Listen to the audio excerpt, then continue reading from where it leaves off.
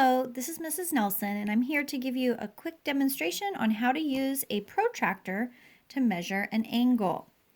So the first thing that you want to do is choose one ray of your angle and line it up with the bottom line of your protractor. Now notice the bottom of this protractor, this edge right here, is not what I'm using. It has to be the line that has a 0 and a 180 at the end of it. And you'll notice that there's a 0 and a 180 at both ends. So I'm using this line. I'm going to line up that line with one of the rays. And then the vertex of my angle, which is the point where the two rays meet, has to be lined up with the center of the protractor.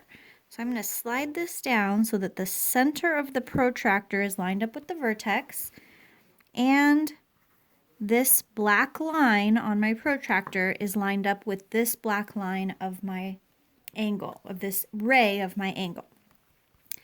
Now, I'm going to look carefully over here to see where the number 0 is. That's going to tell me if I'm going to use the inside or the outside set of numbers. So the 0 is right here on the outside set of numbers. So I'm going to follow that around until I get to the other ray. And you can see that it's a little bit past 100.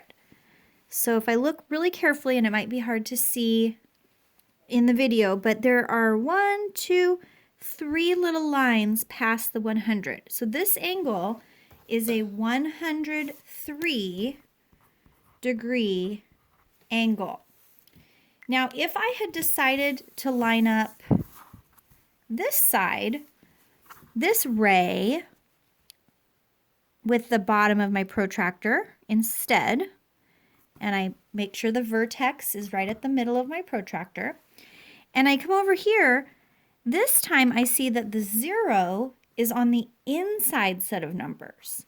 So I'm going to follow that up, 0. I get to the 100 right here.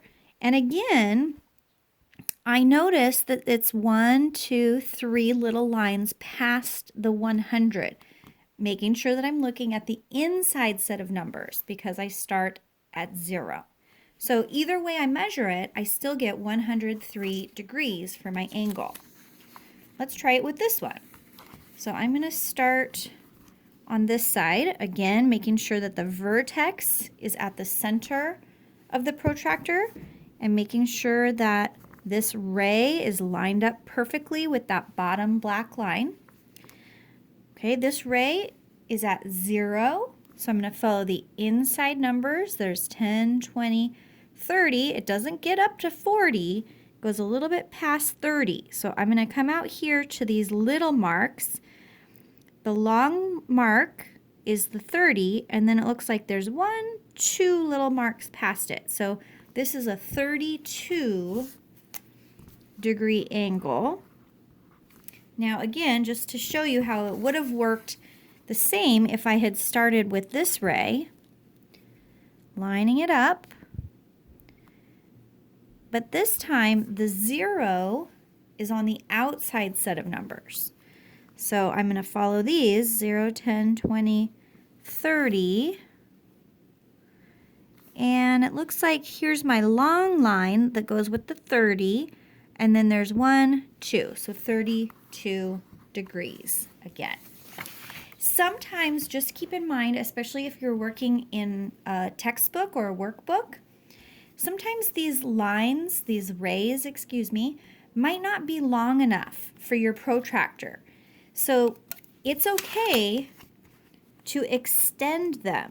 Just take a ruler or the edge of your protractor or some other straight edge and make it go even longer so that you can use your protractor appropriately.